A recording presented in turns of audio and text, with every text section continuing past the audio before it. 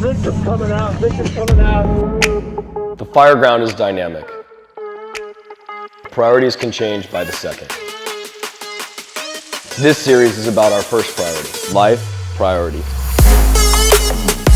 We'll hear from the firefighters that have made a grab in live fire conditions, the decisions they made and the lessons they learned.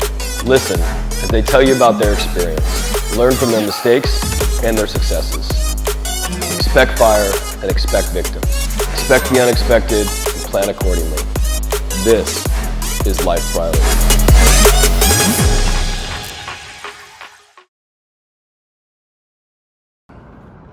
Engineer Baldwin, thanks for sitting down with us for the Life Priority Series. Why don't you go ahead and tell us a little bit about yourself and the rescue you were involved in. Yeah, thanks for having me, Tyler. For those of you who don't know me, my name is Jason Baldwin. I'm an engineer currently assigned to Rescue 21 on the A shift. I was hired by Metro in 2014, so I've been here almost 10 years. It's been a good portion of my time at 21, a good portion in B7 as well. Going over the fire, it was day 2, off shift. We got dispatched about 4 o'clock in the morning. Commercial structure came in, bordering District 21, 28 at Greenback and Fair Oaks. It's about a mile up on the left of the Montage Apartments. En route, just as we were pulling into the Montage Apartments, dispatch had advised us of potential rescue, occupants trapped. Unsure on what floor that was actually at, so we arrived simultaneously with engine 28. Engine 28 ended up beating engine 21, so we pulled in together right behind 21. As we pulled in, it was the second unit on the right. There was a small cutout. As we pulled in, engine 21 ended up taking oncoming at that point, which I thought was really smart, just for water supply issues, laying a hydrant, etc. So I chose to do the same thing. Obviously not put the rescue right in front of the fire unit, and then block their LDH. Had they had a hand jack back to Fair Oaks or to a plug behind them. Got on scene, lit it up. We made a call to go all in. Typically, on our crew, the team one's gonna take the hot floor. Kevin and I, firefighter Stewart, went to the second floor. So upon arrival, step back a little bit, I had fire coming out, and then there was another window behind that had no fire coming out of it. It was an alcove-style apartment. So those of you that aren't aware, or familiar, it's 4 units, 2 downstairs, 2 upstairs, with 1 access egress stairwell to the second floor. In the alcove, going to the fire unit, there was fire blowing out of that entry window as well that was lapping up into the second floor. So it looked like we had fire in the second floor at that time. So we split, we went upstairs.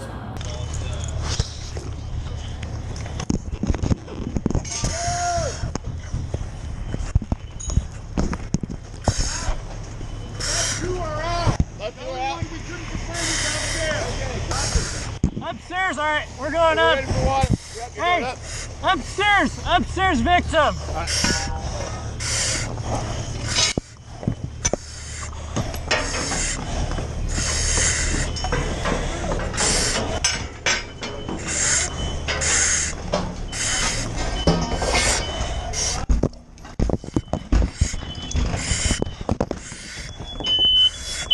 Fire department!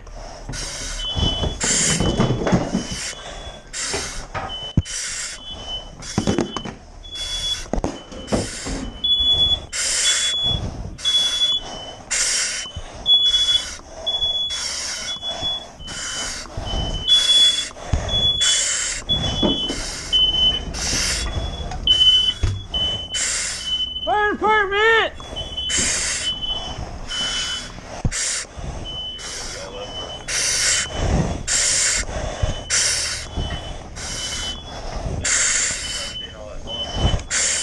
Clear! Clear! Hey, Baldy! I cleared it! Hey, we're good! We're clear!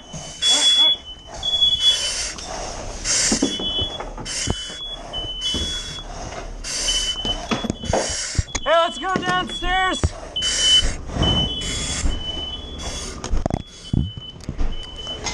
Firefighter Stewart forced the door. We did a split search directly.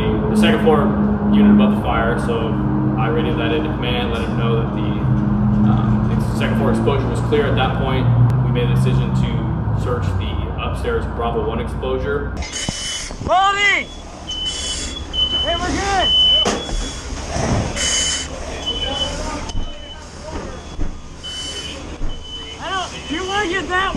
to the fire.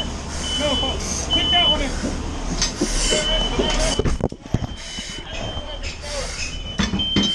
Fire department! Fire department! Hey, we got a possible baby.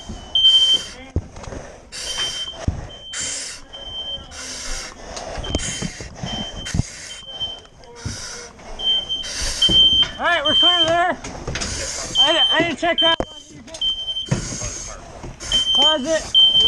Okay, let's go to the fire.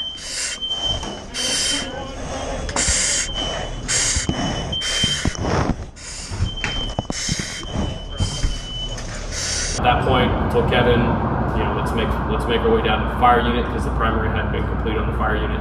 Had good water on the fire. There was at least 2 lines on the fire, so there was a lot of conversion. There was still some fire, active fire in the building.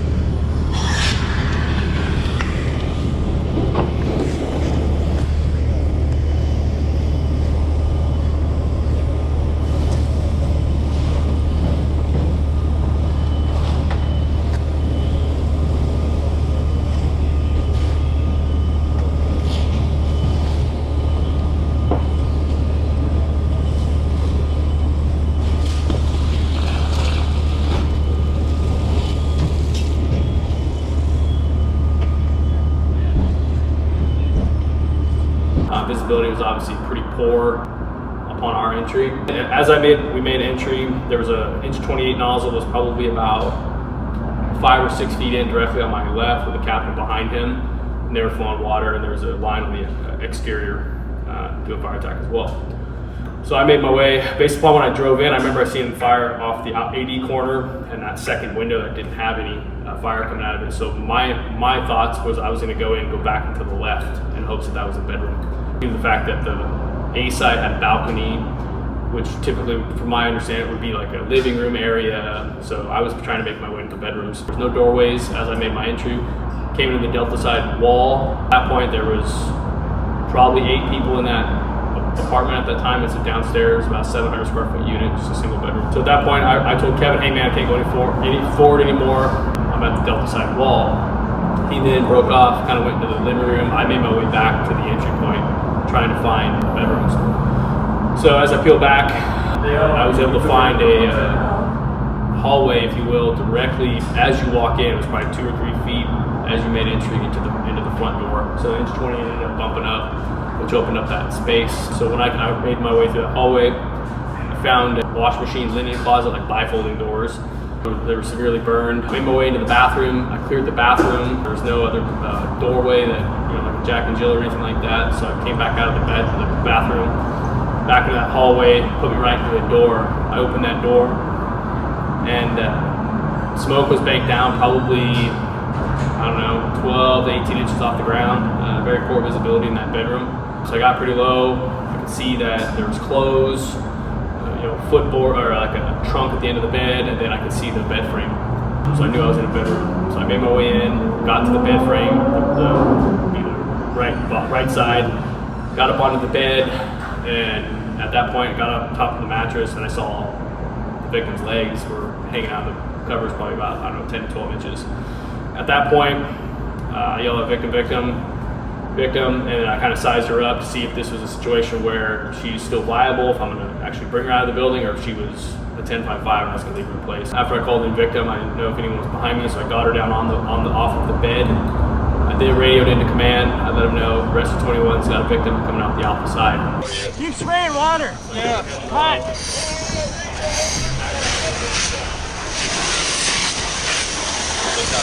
You got a victim to burn out. Medic will be on here for country 3. Where? Once I found her, it was kind of weird. I started getting a pretty good amount of lift.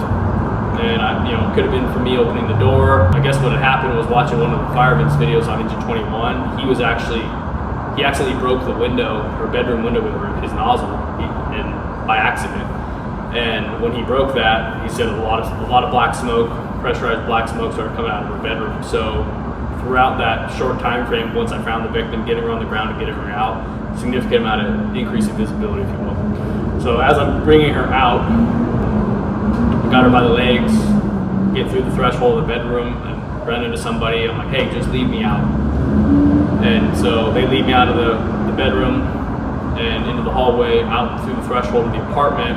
And I said somebody just grab her hands so we're not dragging her on the concrete. We get the victim removed, get her out to the front of the apartment unit. At that point, nearby firefighters started rendering aid. I advised command, let them know that the victim was on the alpha side, of the fire unit, waiting for the medics. Kind of in the midst of this, I'm just kind of falling back on that, hey, I need to start rendering aid, but I realized I had to still complete that primary. And so I told my crewmates, hey man, I gotta finish that primary because I knew where it was left off, where I left off, if you will. And so I got up. You wanna go up to there? Okay. I gotta go finish that primary now. Go for it, we got this. Yeah. You! Downstairs bedroom! I Finish get that primer on that bed! One of the other firefighters got with me. We went into that room, finished the primary, cleared the primary on the first floor. Yeah, that was kind of it. Great job by all the crews that were on the scene of that fire. What were some of the lessons learned from your seat, from your perspective? Looking at it after the fact, obviously being an engineer, I'm behind the curve a little bit. Everyone's getting out with their packs on, so that played a big role on where I was trying to target my search, if you will. Another thing is just take time to size the building. We talk about on meta plans. Where's the garage in relation to this? Where are the bedrooms at? We got to go and search where victims are most likely found. It's like 45% of them are mostly found in bedrooms. So let's target those bedrooms. Let's clear those bedrooms first. But specifically with this fire, one thing I took away from it was we were on the second floor initially doing primaries, right? There were two different units. The one directly above the fire unit was, I believe, the same layout as the fire unit itself. So to take that into perspective with clear conditions, and I'm not saying it's an absolute, but after the fact, digesting that, taking a mental note of where the bedrooms are, what's the layout of this unit, then diving into that fire unit would have made it a lot more simpler, quicker to get to the victim, maybe a different outcome. So that's something I've definitely taken away from it. Until you hear primary is complete or primary is clear, it's not clear. So always listening to your radio. We easily could have gone and grabbed fans or grabbed salvage or something, but I didn't hear primary complete. And so after we searched those two units, we came downstairs, we dove right in there with them. And I was fortunate enough to find the bedroom, find the victim, get her out. So those are big takeaways. 7 minutes into the incident, there's still a viable victim. Another thing I didn't mention was when I originally was in the bedroom, like I said, smoke conditions were probably 10 or 12 to 18 inches. There's pictures of it, where the smoke standing is. It's right at the outlet height next to the bed. As I was calling in the victim and getting her down, I could barely see her. I was probably like this close, trying to see if she was viable or not. I noticed I started getting lift, like pretty substantial lift in that bedroom. For a downstairs unit, it was kind of odd. Obviously the bedroom door was open, most likely not going to vent that easily. After we kind of AR'd the incident as a crew, the Engine 21 firefighter had noticed a bunch of black smoke and stain and soot around this window. He thought it was hot or on fire. So he hit the window by accident with his nozzle and it shattered the bedroom window where I was at. And with his video, you can tell there's a good amount of pressurized smoke that had come out of that bedroom, which was that. And at the time, I was just so, I guess, just trying to get this victim out. I didn't hear the window break. That he kind of, in theory, he horizontally ventilated for me, which worked really well. I was able to see a lot better, see where I was at as I was pulling her out. And so that's another lessons learned. His video, as you see, he hits that delta window, comes around to the A side, and shortly thereafter I'm pulling her out of the apartment unit. So another thing, lessons learned, is my reasoning for going out the bedroom or out the front door versus like a window was the distance it was from the threshold to that apartment unit to where her bedroom was versus trying to find that window, clear the sash. I was in there by myself, so I thought, let's just get her out of here. I'm gonna go out the front door. It's gotta be probably 10, 12 feet away. She's light, so I thought that was the best best case scenario. A couple things I thought of is could I wrap her up in pillow or like blankets or something like that. Maybe if she was on the second floor, but first floor, I mean, time's of the essence, just want to get her out of there. So, Is there anything you would have done different on this fire?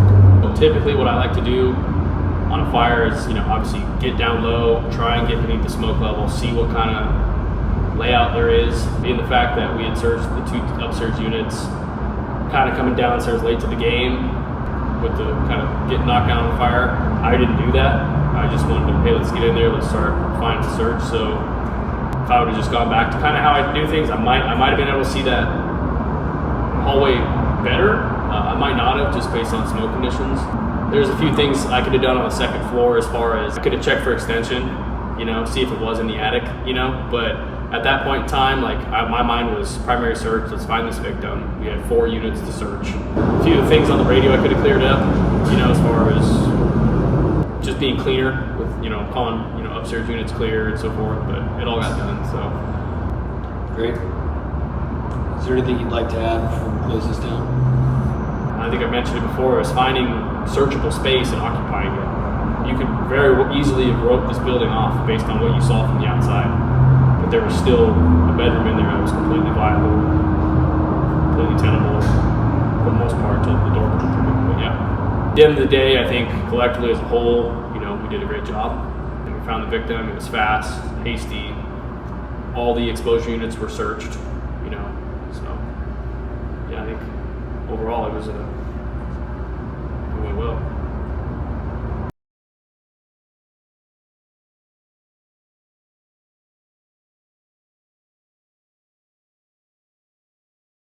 Fire service is about tradition.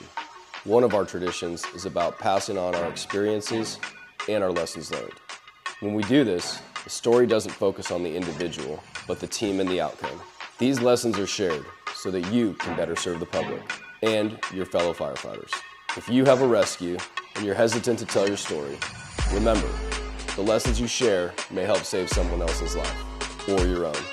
Share your story by contacting us at lifepriority@metrofire.ca.gov.